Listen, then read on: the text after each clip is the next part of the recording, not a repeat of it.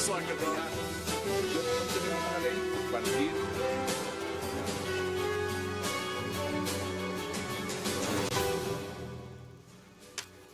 Bienvenidos a 360 grados, una visión global de la noticia, un espacio para debatir sobre todo lo que sucede en Colombia y en el mundo. Y hoy 360 arranca con una entrevista a un nuevo integrante del gabinete del presidente Juan Manuel Santos, que ha recibido fuertes críticas de la oposición, pero que sin embargo es reconocido como uno de los líderes gremiales más importantes del país. Y hablamos del ministro de Agricultura, Rubén Darío Lizarralde. El ministro Lizarralde hablará en 360 sobre terrenos baldíos, de sus propuestas para modernizar el agro, de los pactos con los campesinos luego del gran paro, del Catatumbo, de muchos otros temas. Hoy, 360 con el ministro de Agricultura, Rubén Darío Lizarralde. Y también en nuestro debate de esta noche será acerca de un nuevo problema que enfrenta el gobierno del presidente Santos, la Operación Tortuga en el Congreso y también en la mesa de negociación en La Habana. Al parecer, los congresistas colombianos no querrían legislar sobre graves problemas como las barras bravas, la reforma a la salud, a pesar de estar recibiendo premios como tabletas, celulares y por si fuera poco, hoy las FARC desde Cuba dicen que todo va lento, pero no por culpa de ellos, sino del gobierno, y que apenas se han llegado a acuerdos moderados. ¿Por qué hay una operación Tortuga en el Capitolio y en La Habana? Tema de debate esta noche en 360 y no se muevan, que ya le damos la bienvenida al ministro de Agricultura.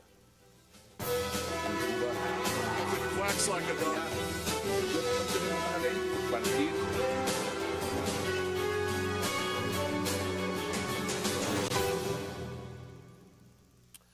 Y qué placer darle la bienvenida esta noche a 360 al señor ministro de Agricultura, Rubén Darío Lizarralde. Ministro, qué placer y gracias por aceptar esta invitación. Muchas gracias por invitarme. Mire, muchos temas. ¿Le tocó una papa caliente a usted? No, me tocó el Ministerio de Agricultura en el momento más importante de este gobierno. ¿Cómo le dejó el ministerio y verlo en perspectiva? Pues antes estuvo Juan Camilo Restrepo, pero también estuvo el ministro Estupiñán muy poco tiempo. ¿Cómo le dejaron el ministerio? Con toda la explosión de lo que significó el paro y asumirlo en esas circunstancias. A ver, cada uno de ellos hizo un papel muy importante dentro del ministerio. Lamentablemente al ministro Estupiñán le tocó la mala hora y al doctor Juan Camilo Restrepo le tocó trabajar por un tema no muy grato, el tema de la restitución de tierras. Ambos hicieron su gran esfuerzo, ambos trabajaron de sol a sol y definitivamente a ambos tengo que agradecerles su trabajo en el Ministerio de Agricultura y Desarrollo Rural. Mire, ¿cuál ha sido el gran reto? Porque usted se ha convertido en un caballito de batalla, por ejemplo, para el senador Robledo y para otros. Han dicho, este ministro, y ya vamos a hablar del tema Indupalma, pero este ministro tiene cuestionamientos. El modelo que aplicó en Indupalma y todo lo que eso ha significado no es bueno para el país. Usted también ha hablado, y me he dedicado a leer mucho lo que usted ha propuesto, usted ha hablado de que la agricultura colombiana debe ser sometida a un proceso de gran reconversión. ¿Cuál es esa gran reconversión? A ver, el mundo ha cambiado y el país ha cambiado. Nosotros hemos heredado una ruralidad y una agroindustria que no es la más adecuada para enfrentar esa globalidad. Yo creo que en estos momentos el gobierno, los gremios, tenemos que participar en un trabajo conjunto para darle la oportunidad al país de que aproveche el ser uno de los 7 países del mundo que puede darle alimentos al mundo. Entonces nosotros tenemos que identificar los mercados, identificar esas posibilidades. No tenemos que seguir esperando a que nos compren. Tenemos que salir a vender. ¿Usted defiende los TLCs? Yo defiendo los TLCs. Y defiendo los TLCs por una sencilla razón. Lo más importante cuando uno está montando un negocio es que ese negocio tenga mercado, es que le compren. Pero ¿y cómo es la reacción de los campesinos que están diciendo, mire, yo no puedo competir con los de afuera? Yo siembro papa, yo siembro arroz, yo siembro café, y yo no, a los precios a los cuales se está trayendo esos productos de afuera, yo no puedo competir. Yo no puedo competir con eso. A ver, ahí hay un tema, varios temas. El primero, y el que le está dando más duro al campo colombiano, el contrabando. El contrabando en estos momentos está afectando la agricultura colombiana y está afectando al campesino colombiano. Y lamentablemente el contrabando viene, la mayoría, en materia agroindustrial, de los vecinos. Los de FENAVE, yo me reuní con FENAVE y FENAVE me decía que el tema del pollo, el contrabando del pollo venezolano era gigante. Pero a ver, estamos importando café. Y eso no es contrabando, sí es contrabando, lo estamos importando nosotros para llenar nuestra balanza, nuestro consumo. ¿Qué está pasando entonces con el arroz? ¿Qué está pasando con el tema de los lecheros, por ejemplo? ¿Eso también es contrabando o es otra cosa? A ver, también hay contrabando. Hay ciertos productos en los que yo tengo que trabajar para no estar obligado a que inmediatamente los saco del campo, inmediatamente los tengo que poner en el mercado. Porque si en algún momento hay sobreproducción, estoy sometido como agricultor a que me paguen lo que el mercado me quiera pagar. Y cuando hay sobreproducción, me quieren pagar muy poquito. Entonces, lo que yo tengo que hacer es agregarle un paso a la cadena o varios pasos a la cadena para que, por ejemplo, en el tema del arroz, yo no tenga que sacar al mercado el arroz inmediatamente. Yo lo prepare para que ese arroz pueda ser llevado al mercado en el transcurso de un año. Entonces yo lo iré sacando en la medida en que el mercado lo va requiriendo. ¿Igual con la papa, por ejemplo? ¿Igual con otros productos? Igual con otros productos. En el caso de la papa hay que estudiarlo un poco más a fondo y hay que de pronto colocar otras variedades que permitan ser precocidas y congeladas y también llevarlas al mercado en el momento adecuado. Mire, los arroceros, el sector cafetero, usted ha tenido un fuerte choque, digamos, con la Federación de Cafeteros. Ha dicho que tienen que pedirse un sacudón. ¿Qué está haciendo la Federación de Cafeteros? Porque eso es uno de los sectores vitales de la economía colombiana. ¿Usted cree que no están haciendo nada? ¿Esa federación funciona o no funciona? No, a ver, yo no puedo decir que no estén haciendo nada. Por supuesto que están haciendo, por supuesto que tienen un trabajo muy importante. Pero es que en estos momentos yo le he pedido, no a la federación, le he pedido a todos los gremios que nos acudamos, que nos enfrentemos a esa nueva realidad colombiana, que aportemos, que ocupemos espacio que en estos momentos otros movimientos están ocupando y que definitivamente nos juntemos todos a trabajar conjuntamente para darle a la ruralidad colombiana otro sentido. En el caso de la Federación Nacional de Cafeteros, simplemente les he dicho, si no le podemos asegurar a los nuevos cafeteros, a esos campesinos que empiezan a sembrar café, a los que están recibiendo tierras en el programa de restitución de tierras que siembran café, si no les podemos asegurar un precio equitativo, justo, un precio no de sobrevivencia sino de negocio, pues no promovamos más la siembra. ¿Y qué le dicen los cafeteros que llevan sembrando café, una cultura cafetera, me imagino, dentro del marco de país? Le diga, oiga, cambiemos de producto. Si eso no funciona, hay que cambiarlo. A ver, yo no estoy planteando que cambiemos de producto. Inclusive, la federación en estos momentos está en un programa muy agresivo de renovación de cultivos. Eso hay que apoyarlo. ¿Con subsidios? En estos momentos los cafeteros están recibiendo subsidios y precisamente ahí es donde nosotros entramos a hacer un planteamiento. Los subsidios son buenos en la medida en que sean temporales, pero también va a llegar un momento en este país en que esos subsidios temporales deben ser restituidos después de que los productos han ganado su equilibrio en el mercado y están produciendo ganancias. Es decir, lo que yo doy hoy como Estado deben restituírmelo, porque hay otros sectores... ¿No se le van a parar otra vez donde usted lo escuchen los caficultores o los arroceros diciendo, oiga, esos subsidios me toca devolverlos? Si muchos comparativamente dicen, mira, el agricultor estadounidense tienen subsidio y tienen subsidio permanente. A nosotros debería el gobierno colombiano darnos subsidio para poder competir con esos TLCs. A ver, los subsidios que impactan a productos en otros países por supuesto que no pueden entrar al país compitiendo sin subsidios. No podemos someter a la agricultura colombiana a un enfrentamiento en el mercado desequilibrado. No, hay que buscar equilibrios.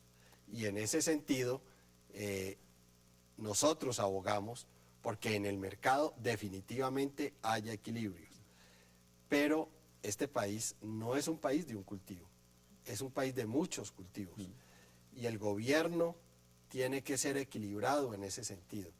Y hay que tratar precisamente de propiciar la siembra de cultivos que tengan posibilidades de competencia en los mercados internacionales. Mire, un tema muy importante es, y lo retomo por lo que están diciendo, por ejemplo, los arroceros. Miren lo que dicen los arroceros. Dicen, el gobierno ha señalado y ha culminado, después de todo este proceso de paro, que usted ha sido autista en las peticiones en ese sector.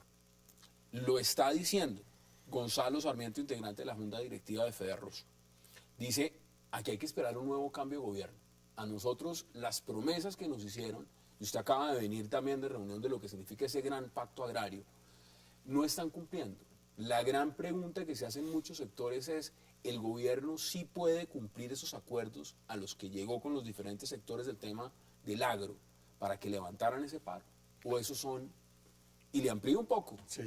El señor Iván Márquez estaba diciendo que ese gran pacto agrario, eso era un falso positivo. Eso no existe, mejor dicho.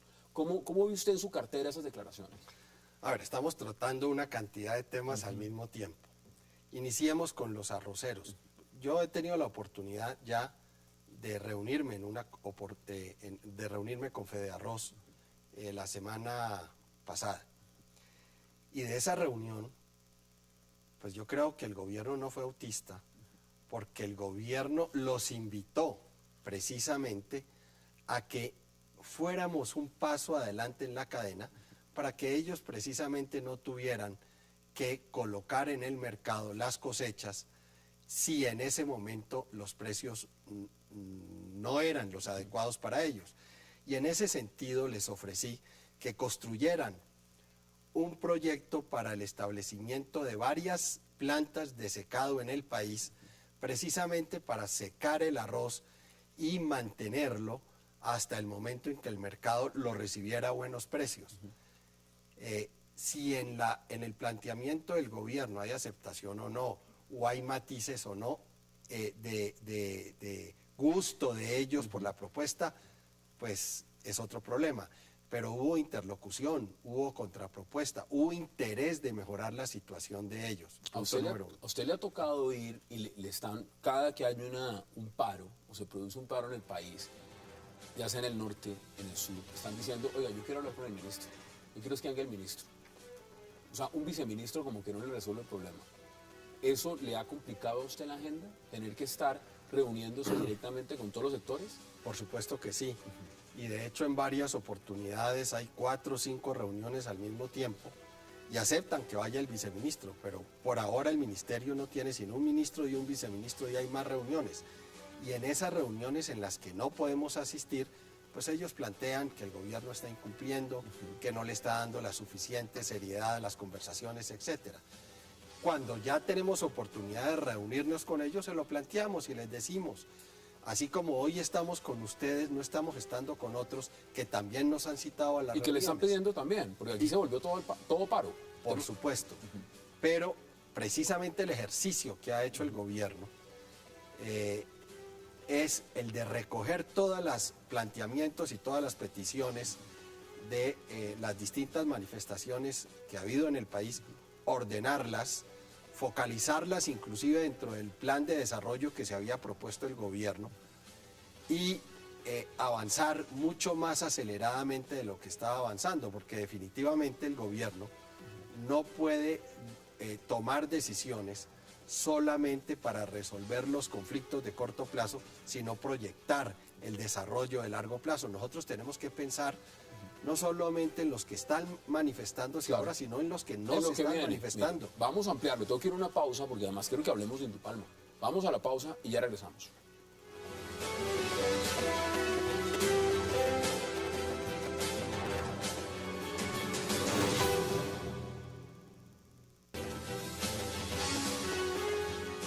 Regresamos a 360 y nos encontramos con el señor ministro de Agricultura, Rubén Darío Lizarralde.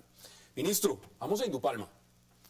Ese tema es caliente y a usted, el senador Robledo y otros no han hecho sino hablar del tema de Indupalma y los baldíos. Usted defiende ese modelo. Cuénteme por qué defiende el modelo Indupalma. A ver, yo quiero hacer una claridad. Yo hoy soy ministro de Agricultura. Ya dejé de ser gerente de Indupalma.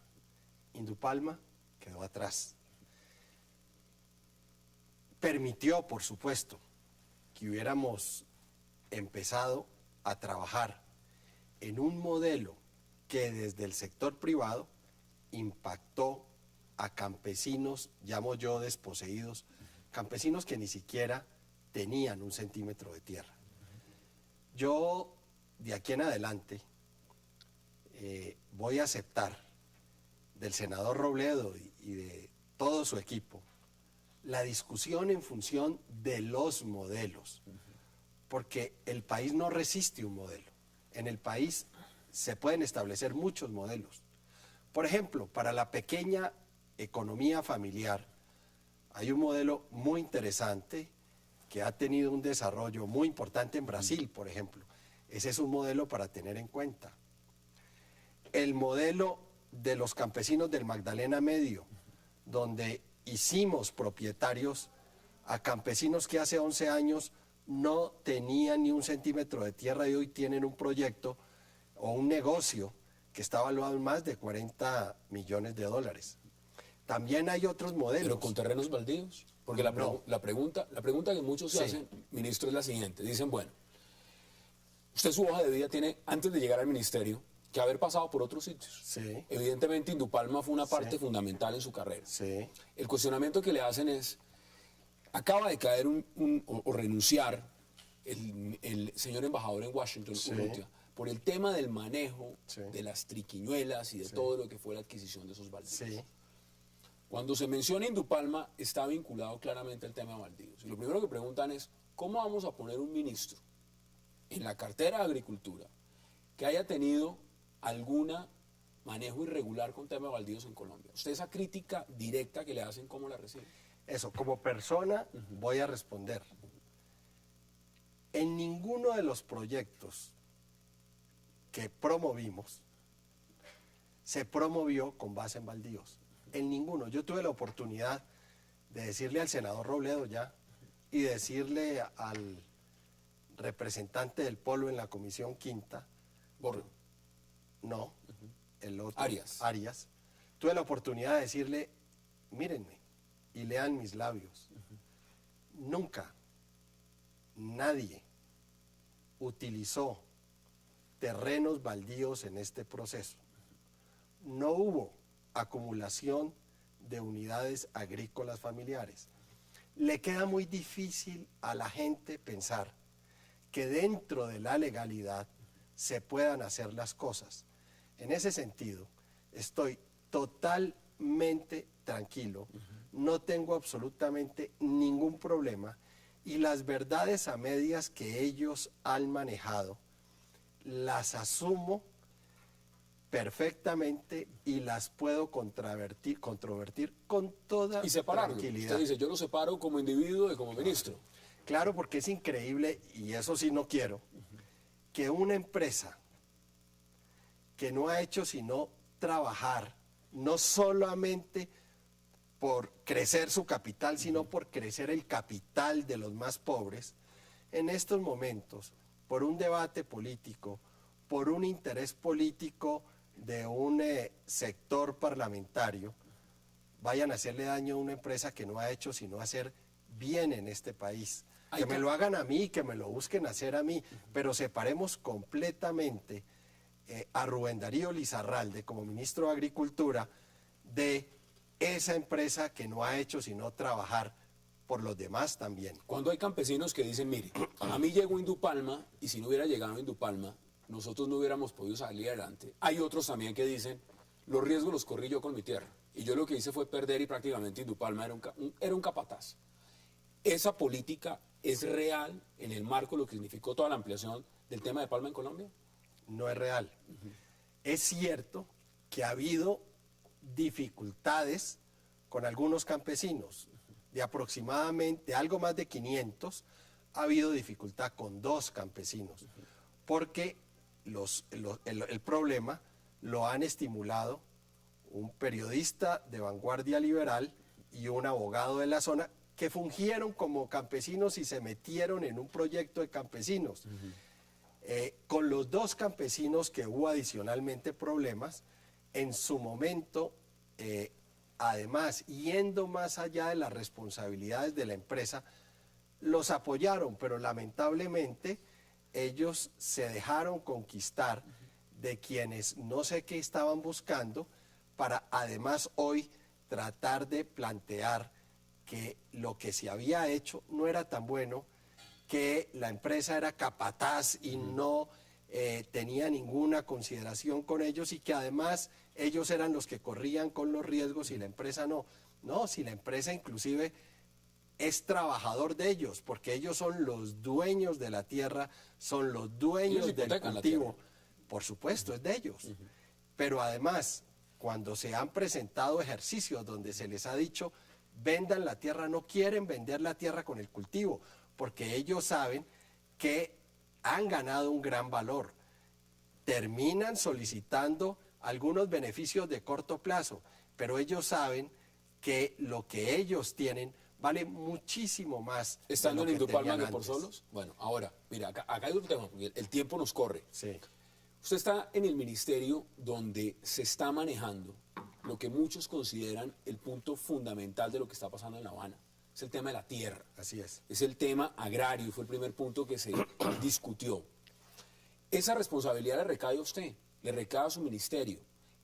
¿Cómo ve lo que se está negociando? Que no sabemos, pero podemos hablar de zonas de reserva campesina, podemos hablar del tema de seguridad alimentaria, podemos hablar del tema de repartición de tierras. Todo eso está incluido en el tema agrario. ¿Usted cómo ve esos puntos vitales de lo que es el acuerdo de paz? ¿Qué pasan por su ministerio? Todo eso es armonizable. Mire esto. En Colombia, del 100% de la tierra que se puede sembrar, solamente está sembrada el 30%. ¿Hay mala distribución entonces? No, hay un 70% que se puede sembrar y que se debe sembrar. Aquí hay espacio para todo el mundo. Hay espacio para los pequeños, para los medianos y para los grandes. Ahora, mi llamado es a que en ciertas zonas del país donde es muy difícil desarrollar proyectos productivos, los grandes acojan a los pequeños y los acompañen en ese proceso. Este es el momento en Colombia, en todos los sentidos y en todos los aspectos, el momento de la solidaridad, de trabajar los grandes por los pequeños, de educar al pueblo colombiano, incluido el campesino, en una educación donde fortalezcamos su preparación en los procesos productivos, donde inclusive también los enseñemos a ser empresarios. Hay que cambiar la mentalidad, el chip agrícola. Mire, acá los expertos en el tema agrícola dicen en Colombia no ha existido política agrícola. Esto no es un tema de ministro, esto es un tema de que no ha existido ese campo y cambiar el chip y la mentalidad es la parte fundamental. ¿Qué es el pacto rural entonces? Precisamente, aterrizó donde tenía que aterrizar. El gran pacto agropecuario que compromete la ruralidad es un pacto que permite que desde la base misma de la comunidad campesina se enriquezca un conocimiento que le va a permitir al gobierno y al Estado construir una política de Estado que trasciende al Ministerio de Agricultura y que inclusive trasciende a los gobiernos. Es decir, toca varios ministerios, casi todos los ministerios. Ellos van a captar la participación de los campesinos, de las sociedades campesinas, de los sindicatos campesinos, de los gremios, de los inversionistas. ¿Y quieren los campesinos? Usted ya tiene oposición política. Claramente hay quien está diciendo, mire, este ministro lo que quiere es favorecer los TLCs, quiere favorecer el capital privado, los campesinos que se frieguen, y evidentemente esa política es la que nos quieren vender. Ese es el discurso que le están dando a usted y por eso lo quieren poner, lo tienen prácticamente llevándolo contra la pared. ¿Qué dice usted entonces ahí? Yo lo que digo es que aquí vine a trabajar por el hombre del campo, por los campesinos, por la economía agraria y agroindustrial y por la ruralidad en Colombia. Ahí cabemos todos. cabemos los grandes, los chiquitos, los medianos, las mujeres, todo el mundo El cabe que ahí. estaba botando la leche en Boyacá hace unas semanas, ese campesino cabe ahí. Pues lamentablemente estaba botando la leche en Boyacá. Si hay una política, si logramos construir una política aprovechando el gran pacto agropecuario, ese tipo de cosas no tienen por qué volverse a presentar en el país. Mire, me queda menos de 1 minuto y medio y quiero que me lo conteste prácticamente lo más claro que usted pueda, lo más resumido. Y es el tema de los créditos, el tema del Banco Agrario. ¿Usted cree que el Banco Agrario en Colombia funciona? El tema de cómo se están adjudicando los préstamos y lo demás a los campesinos. ¿Eso funciona o hay que cambiarlo? Le voy a decir dos cosas fundamentales. Uno, el 80% de los créditos del Banco Agrario va a pequeños. Dos, el crédito para vivienda no lo conoce el país en función de la ruralidad. Hoy el Banco Agrario está dando más vivienda para campesinos en la ruralidad que cualquier otro programa que hay en el gobierno. Y tres, vamos a trabajar por fortalecer el crédito, microcrédito para los campesinos. O sea, usted va a construir más casas que Germán Vargas Lleras prácticamente. Pues en estos momentos se han entregado más casas en la ruralidad colombiana que en las zonas urbanas. Cuénteme, ¿se puede hacer una reforma, una transformación de política agraria en Colombia sin el Ministerio de Transporte, sin vías, sin infraestructura? ¿Cómo se hace? ¿Cómo el campesino que le están llevando subsidio al terreno va a sacar el producto si no hay vías? Fíjese que le respondí una cosa. Cuando hay una política de Estado de la ruralidad, trasciende el Ministerio de Agricultura y por supuesto el Ministerio de Obras el Ministerio de Transportes es fundamental en este propósito. Se requiere del Ministerio de Transporte, se requiere el Ministerio de Educación, se requiere el Ministerio de las TICs, se requiere el Ministerio del Medio Ambiente. Todas. Se requiere el Ministerio de Salud. Es decir, todos los ministerios están comprometidos con la ruralidad. El Ministerio de Agricultura no puede transformar y fomentar una política de Estado para la ruralidad solo. Requiere de todos los demás ministerios. Bueno, ministro, tiene 1 año, si es que el presidente Juan Manuel Santos no va a la reelección y entonces tendría más tiempo. Ojalá en 1 año se pueda cumplir toda esa agenda. Un verdadero placer y gracias por aceptar la invitación. Muchas gracias. Estamos trabajando muy intensamente y seguiremos trabajando muy intensamente por el hombre del campo colombiano. Mucha suerte y aquí lo esperamos de nuevo en esta mesa. Muchas gracias. Vamos a la pausa porque regreso vamos a hablar de un plan Tortuga que está en el Congreso, pero también está en Cuba. Ya regresamos.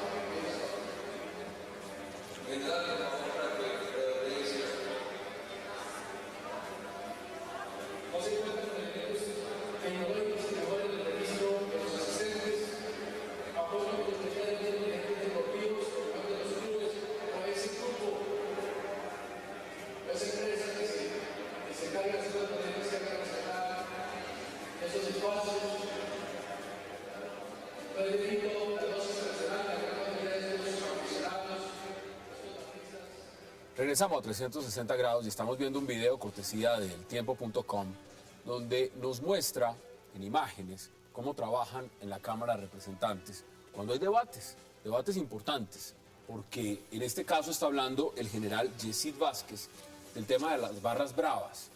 Algunos dirán que es tema de sonido, otros podrán decir que es la acústica, el eco, pero lo que uno ve en las imágenes es que están pendientes de cualquier cosa menos de lo que está diciendo el general Vázquez. La gran pregunta también es lo que está pasando con la reforma a la salud, donde llevan ya varios días tratando de votar una reforma y hay ausentismo, hay excusas, no hay quórum, y uno se pregunta es, ¿cómo es posible que a los señores congresistas que no están votando los proyectos de urgencia que mandan desde Casa de Nariño les den teléfono celular, les den tabletas y todo lo demás? Para debatir este tema, le doy la bienvenida a Juan Carlos Lancheros, a Luis Celis y a Jaime Eduardo Arango. Gracias. Señor, bienvenido y qué placer como siempre, Jaime Eduardo. Muchas gracias, Hassan. ¿Cómo ve usted lo que está pasando en lo que se denomina el Plan Tortuga? ¿Es tortuga o es más lento todavía en el Congreso? Es más lento todavía, pero es que este es un modelo de Congreso que el mismo gobierno se inventó. La forma en que ha venido negociando la presidencia frente al legislativo durante la administración del presidente Santos consiste en qué me das, yo te doy, quid pro quo. Y parece ser que para este periodo, que ya se acerca a su final, el Congreso necesita pedir muchas cosas y está Y si no imponiendo. se las dan, pues no trabajamos, Pues no van. no funcionamos. Ya, pero ese es un Congreso que se inventó Santos. Luis, bienvenido. ¿Cómo lo ve usted? Buenas noches, Hassan. Pues yo creo que el Congreso colombiano es bastante desprestigiado desde hace décadas. Yo creo que es una institución que tiene muchas Hay dificultades. buenos congresistas, hay buenos congresistas, hay unos muy buenos. Aunque yo creo que realmente, sí, yo creo que la opinión ciudadana es bastante, digámoslo, fuerte con el Congreso y también el Congreso ha hecho méritos para recibir esa opinión negativa. Bueno, yo también creo que no es un tema nuevo, es un tema histórico de desatención en algunos temas, de falta de debate, de atención, por ejemplo. Pero yo creo que hay que también darle la posibilidad al Congreso de que se reivindique, de que bueno, que va a hacer la tarea, que va a sacar hay un tema trascendental que es el de salud que tendrá que sacar adelante. Y yo diría que también yo creo que están en este momento más preocupados es por las elecciones del año entrante que por trabajar. Están haciendo campaña. Sí, yo creo que también Es eso es decir, eso es un estos elemento. representantes, esos senadores están recorriendo el país, buscando sus votos, se quieren reelegir y entonces no hay tiempo a veces para trabajar tanto. La pregunta que hay es, bueno, ¿y qué hacemos entonces cuando desde Palacio están diciendo, pues háganme el favor y me aprueban esto, porque es que eso es un tema bandera, el proceso de paz, ya vamos a hablar de él, los avances son modestos, necesitamos reformas, la tributaria que mandamos en ambulancia el año pasado no ha generado sino críticas, les vamos a mandar esta reforma en ambulancia también y como que no funciona. Juan Carlos, bienvenido, ¿usted cómo ve el tema? Hassan, buenas noches. Pues la misma cosa de siempre. A ver, digamos, hay una regla que suele repetir, si es que la primera legislatura el Congreso aprueba lo que quiere el gobierno, en la segunda y en la tercera la mitad y en la última aprueban lo que ellos quieren. Porque están en función de cumplir con su primera obligación constitucional, que es hacerse reelegir. Entonces, así Eso es normal. Digamos, es lo normal. En estos paneos que usualmente, digamos, los ciudadanos que están en sus casas no conocen, es lo cotidiano. Entonces, si ustedes se dan cuenta, en el canal del Congreso siempre se apunta es a la persona que está hablando y eventualmente al congresista que interviene, pero es muy difícil que hagan tomas abiertas. Y cuando uno está en el Congreso, usualmente esto es lo que ocurre, este tipo, digamos, de dispersión y de diálogo de sordos. Yo no se lo quise decir ahorita, aquí estaba sentado el ministro de Agricultura, tuvo más quórum en esta entrevista conmigo acá que cuando habló en el Congreso la última vez, Sí, eso porque sí. aquí había uno, porque hay veces que habla él en el Congreso y no hay nadie. Yo vi unas imágenes y no había, tenía más quórum Sí, acá. y es así. Entonces, yo creo que, digamos, este es un problema. Yo no creo que se lo haya inventado Santos. Yo creo que esto viene de atrás. Y realmente yo creo que la maldición de todo esto es que hay personas que hacen de la política su forma de vida. Entonces, si cierran el Congreso, se quedan sin trabajo. Entonces, ahí es Es donde una comienza. ubre. Y claro, y entonces todo el mundo bebe de ella y saca lo que puede de ella y es un problema.